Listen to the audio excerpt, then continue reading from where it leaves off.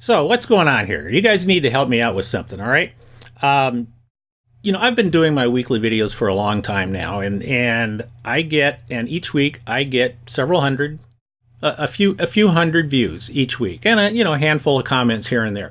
2 weeks ago, I talked about what killed Sears, and I shared with what I thought were three lessons to be learned from that. Now, in the 2 weeks, as of right now, at this moment that I'm talking to you, there are over 3,000 views for that video, almost 10 times what my typical video would get, and a couple dozen comments, and I suspect that this is going to keep on going up and up for at least the next few days or something. So the question is, what's going on here? What is it about the Sears story? It makes people, it drives some kind of an emotion in all of us, quite frankly. I talked about growing up with Sears back in the 60s with Sears. Sears was a destination. Sears was a place that we all went to. We would go there as a family. It would be a family outing to go there for back to school clothes, or for go with dad to go get tools, or maybe the car needs new tires or battery or something like that. Certainly we'd go there to get our appliances. And it was almost like, and it was a very big deal when we got the catalogs, like I talked about last time too. So in a sense, we were emotionally attached to Sears. I can't say that people today have the same attachment towards the Walmarts, the Targets, or even the Amazons. I think that if they were to go down, it would be a different type of response.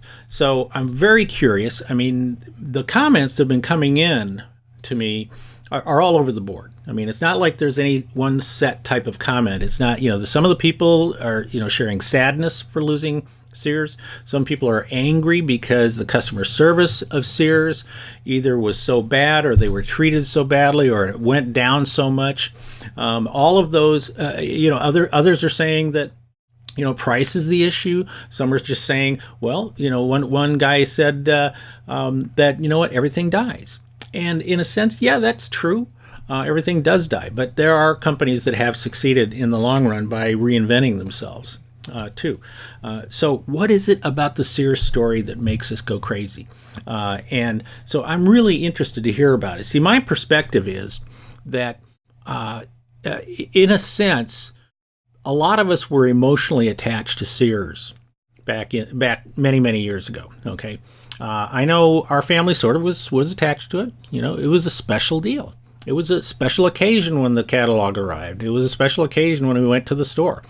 And so that was a big deal because I grew up in a small town in southern Indiana. And so that's something that I don't see today with the corporations of today. Is I don't see that emotional attachment that people have. And I'm not even talking about loyalty. When I say attachment means that it's literally like you can't shop anywhere else.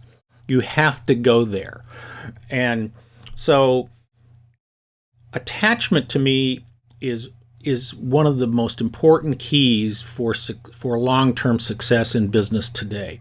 In fact, it's really the number one theme that I share in my book, UNCOPYABLE, How to Create an Unfair Advantage Over Your Competition, is to create that attachment to where the customers just feel like they will lose if they try to shop somewhere else, or if they go somewhere else. They will lose from you by not being your customer.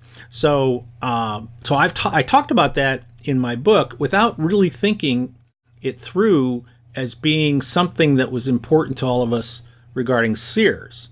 Now, some of you may disagree with me on that, and that's fine. I still want to hear from you guys. Again, clarify for me, what your thoughts are. Why did I get over 3,000 views in that video and climbing as compared to all my other videos? It has to be because it touched a nerve somewhere. There are dozens of other videos about Sears out there, and they're all getting lots and lots of views. They're all getting lots and lots of comments. So this has clearly touched a nerve for people. And I I don't want to just let this lay, because I think this might be a great learning opportunity for those of us that are in the business world today. So share again. Tell me some more about what you're thinking about Sears. What is the mistake that they made? Is it just purely customer service? The quality of the product, the quality of the facilities? Was it leadership? Is it all of the above?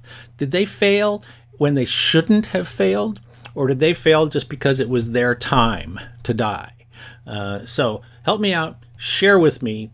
Leave me a comment. Rule number 1, be nice. All right? No foul language. Okay? This is a family, kids-driven program here. I don't know what it is. But anyway, just be nice. All right, and be nice to each other. And if you're not nice, I will ban you. Okay, so I hope to hear from you. Let me know. I'm very curious. And by the way, if you are in business, you're a small business, go get my book. All right, go get my book right there. Go get my book. Go get it. Read it. I think it's pretty good. It's getting a lot of good reviews. So that's it. This is Steve Miller, better known as Kelly's dad and marketing gunslinger. Thanks again for watching me this week and listening to my uncopyable rambling here. And I will be back again next week. In the meantime, don't forget, always be uncopyable.